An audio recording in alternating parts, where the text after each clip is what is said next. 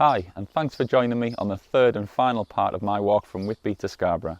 If you need to catch up on parts 1 and 2, I'll add links at the top of the screen for you to watch those first. This morning I'm in Cloughton, about 4.5 miles out from Scarborough station. I'll be making my way along the route, which by comparison to the last two sections should be a breeze. It's almost a completely level walk from here, with only one stop on the route between here and Scarborough station. As always, if you enjoyed the video, do give it a like, and to see more of my videos around the North York Moors and the Yorkshire coast, hit the subscribe button.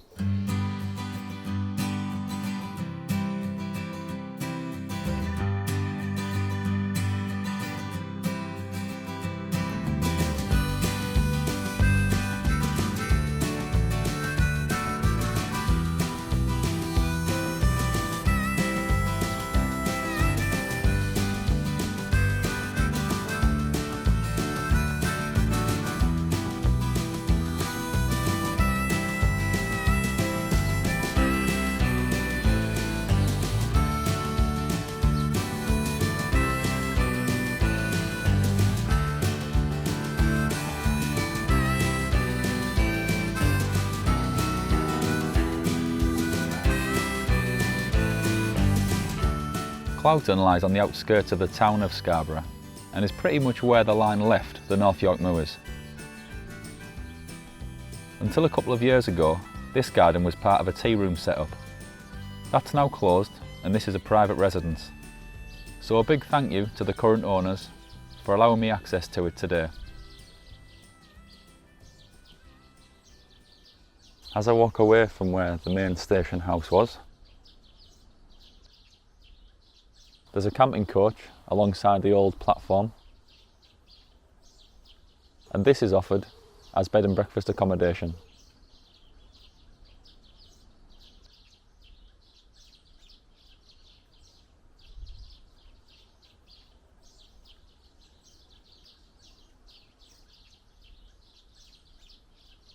And alongside that, here is the old goods shed, which is now self-catering holiday accommodation. I will add a link below the video so you can check this out further, as I do with a lot of the things I talk about during my videos.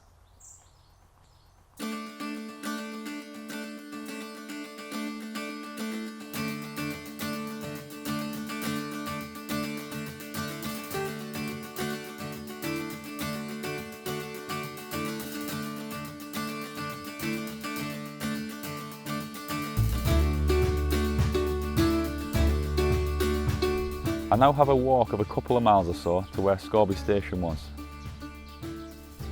It's the only station on the line where there's no buildings or structures remaining to ever suggest it was there.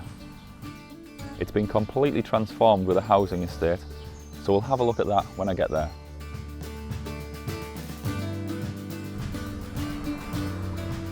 This is the start of the A165. Those of you who've watched my video on Butlins Filey will know it as a coast road that runs from Scarborough down to Bridlington.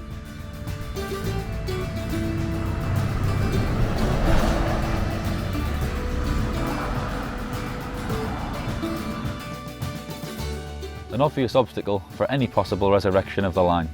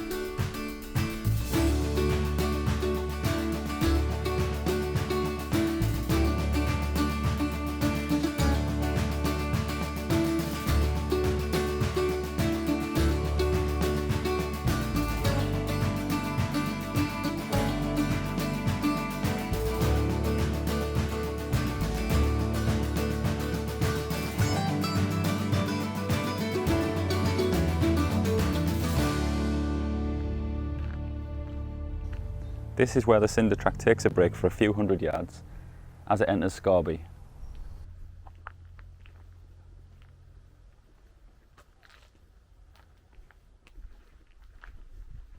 All this area is now a housing estate, and it continues like this until we get to the other side of where the station was.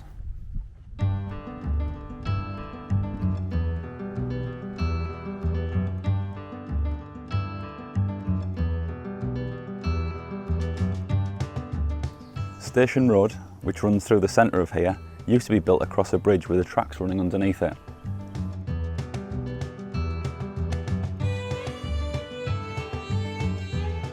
As soon as it passed under the bridge, it ran into the station. As you can see from these shots, it's been completely transformed since the railway went.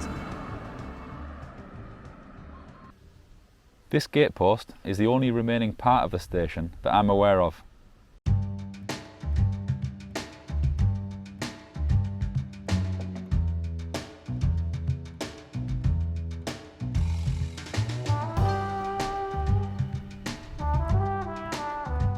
Here, I'm walking close to exactly where the track and platform were.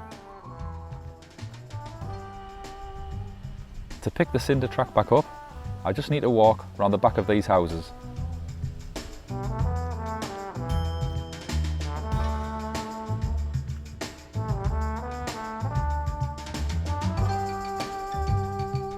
I'm now at the south end of where the station was. The line itself curved off to the right and under Station Road, with a couple of sidings branching off to the left behind the station building.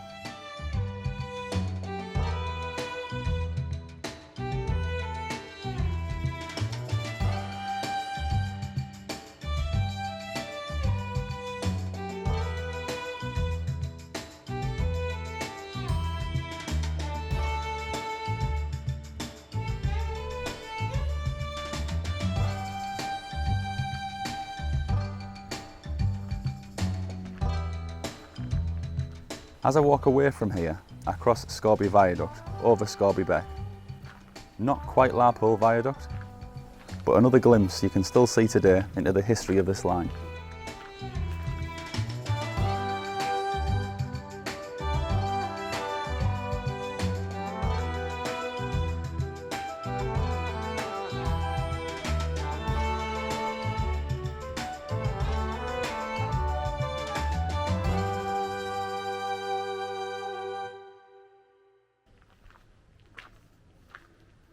Now for my final walk along the route into Scarborough, which is about 2 miles.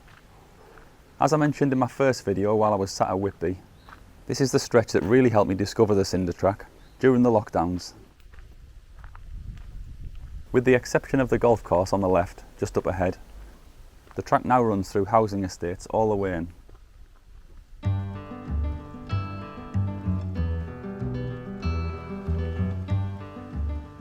I couldn't pass this without dropping a mention to it. It's part of Scarborough Bear Hunt, a Facebook page set up at the very start of the lockdowns last year.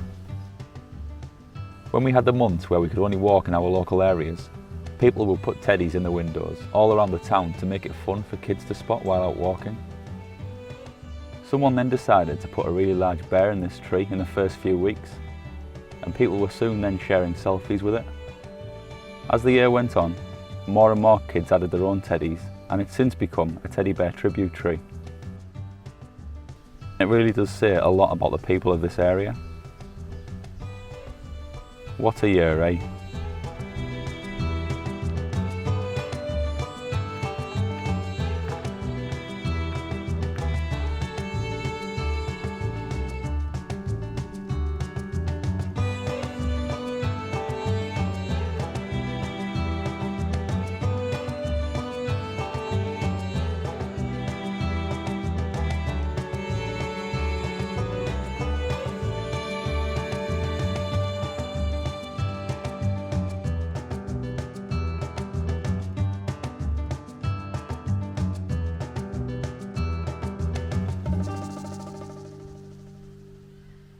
This area now opens up into a playing field.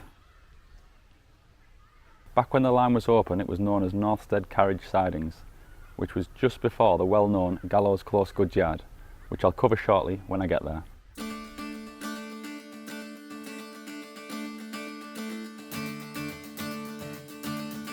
Back in the day, these sidings spanned about 12 tracks. There were coaling and watering facilities for steam engines here, as well as a turntable. This area was well used during the summer months when there was extra traffic heading to Scarborough.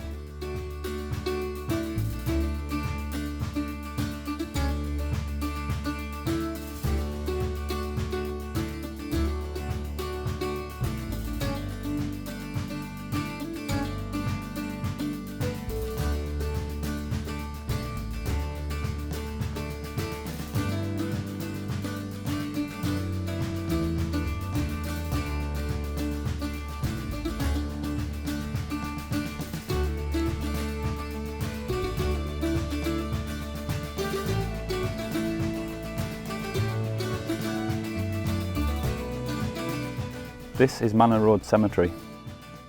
This is the start of a great walk which takes you through the cemetery, through Peazone Glen and into Peazone Park.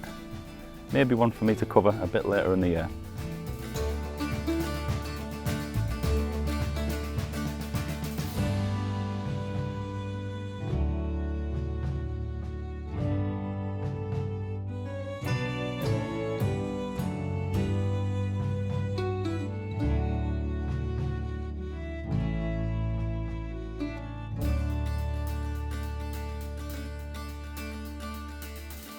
I'm now on the final approach into Scarborough. This was the final bridge on the route before it opened up into Gallows Close goods yard.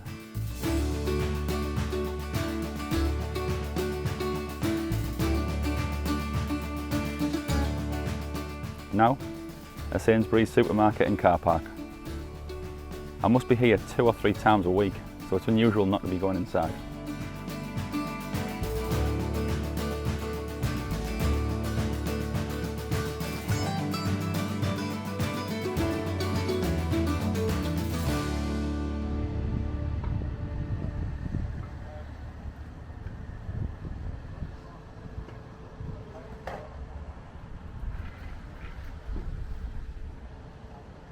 I'm now approaching the far side of the car park, which is where there was a single track tunnel which ran under the roads and came out at Scarborough Station. This is the staff and deliveries entrance road, and here's a small glimpse of what used to be here. The top of the brickwork on the approach to where the tunnel entrance was.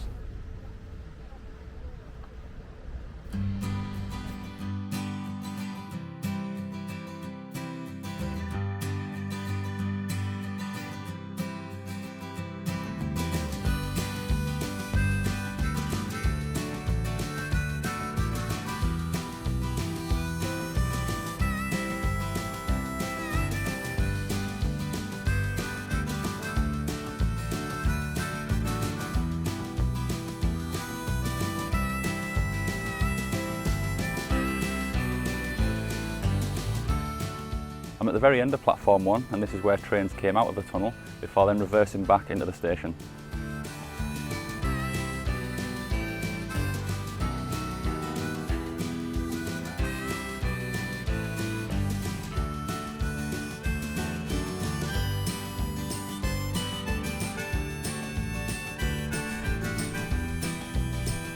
A couple of trains in the station there that have come in from York.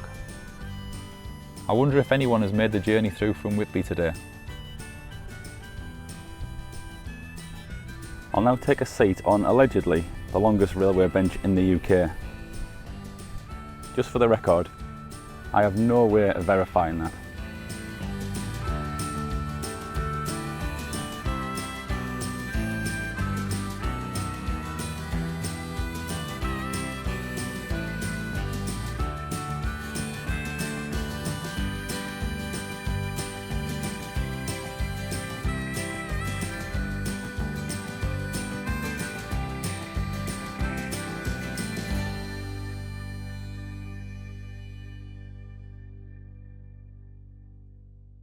So that's it, the Scarborough and Whitby Railway. I mentioned at the end of my last video that I'd give you an update on what I thought would be good to see happen with the route in the future. As you can probably tell, I think that having the route as an open track for the public to use, as it is now, is perfect. And hopefully I've managed to show why I now think that in my videos. You can see most clearly at Robin Hood's Bay, and today in Scalby and Gallows Close, why I said at the start it's almost a certainty that the line will never be reopened. However, I have had one idea of how to bring a railway back to the route. This is the Romney, Hythe and Dymchurch Railway. How about one of these running a section of the line? Whitby to Robin Hood's Bay, Robin Hood's Bay to Ravenscar, Ravenscar to Cloughton.